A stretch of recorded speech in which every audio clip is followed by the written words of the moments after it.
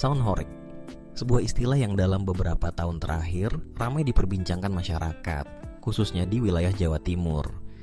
Fenomena ini menjadi pro kontra, hingga akhirnya Majelis Ulama Indonesia Jawa Timur mengeluarkan Fatwa nomor 1 tahun 2025 yang secara resmi mengharamkan penggunaan soundhoreg. Namun, apa sebenarnya soundhoreg itu? Bagaimana sejarah kemunculannya? Dan mengapa bisa menuai kontroversi begitu besar? Jika kita melacak ke belakang, soundhoreg bukanlah istilah yang diciptakan oleh para pemilik rental audio atau pelaku industri hiburan. Nama ini justru lahir dari masyarakat sendiri, sebagai penanda tradisi baru dalam berbagai perayaan dan kegiatan budaya di Jawa Timur. Menurut David Stefan, Ketua Paguyuban Sound Malang Bersatu sekaligus pemilik Blizzard Audio, soundhoreg mulai dikenal luas sekitar tahun 2014 dengan akar yang kuat di Kabupaten Malang. Awalnya, sound system digunakan untuk mengiringi musik dalam karnaval warga yang berkeliling di jalan-jalan, memperkuat suasana perayaan dengan iringan lagu dan gemuruh suara dari speaker berkapasitas besar. Seiring waktu, tradisi ini berkembang. Tidak hanya arak-arakan tumpeng atau pawai budaya yang sederhana, kini masyarakat mulai menyewa perangkat audio raksasa, dikenal sebagai soundhoreg, untuk memutar musik dengan volume yang sangat tinggi.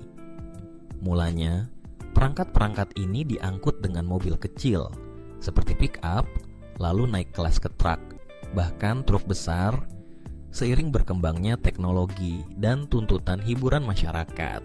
Dalam berbagai karnaval, soundhoreg menjadi daya tarik tersendiri, memadukan iringan musik modern dan tradisional, serta parade busana adat yang meriah. Fenomena ini perlahan menjadi identitas kultural baru dalam berbagai perayaan di Jawa Timur. Namun, di balik kemeriahan tersebut, muncul sejumlah masalah yang memicu perdebatan. Suara musik yang sangat keras kerap mengganggu kenyamanan warga, apalagi ketika berlangsung hingga larut malam atau melewati kawasan pemukiman padat. Tidak jarang, acara yang diiringi soundhoreg melibatkan aksi penari jalanan dan atraksi lain yang dinilai kurang pantas oleh sebagian kalangan. Lebih jauh lagi, beberapa acara bahkan berujung pada kerusakan fasilitas umum akibat kerumunan yang berlebihan dan kurangnya pengawasan. Inilah yang menjadi sorotan utama hingga akhirnya mendorong MUI Jawa Timur mengeluarkan fatwa pelarangan. Fatwa ini menuai tanggapan beragam. Sebagian masyarakat merasa lega, berharap kawasan mereka kembali tenang tanpa gangguan suara bising. Namun, di sisi lain, tak sedikit juga yang menyayangkan keputusan ini. Mereka melihat soundhoreg sebagai bagian dari kreativitas budaya, simbol keguyuban, dan ekspresi kebahagiaan kolektif yang sudah menjadi ciri khas perayaan di daerah mereka. David Stefan sendiri mengakui, perkembangan soundhoreg tidak lepas dari perubahan zaman dan inovasi teknologi.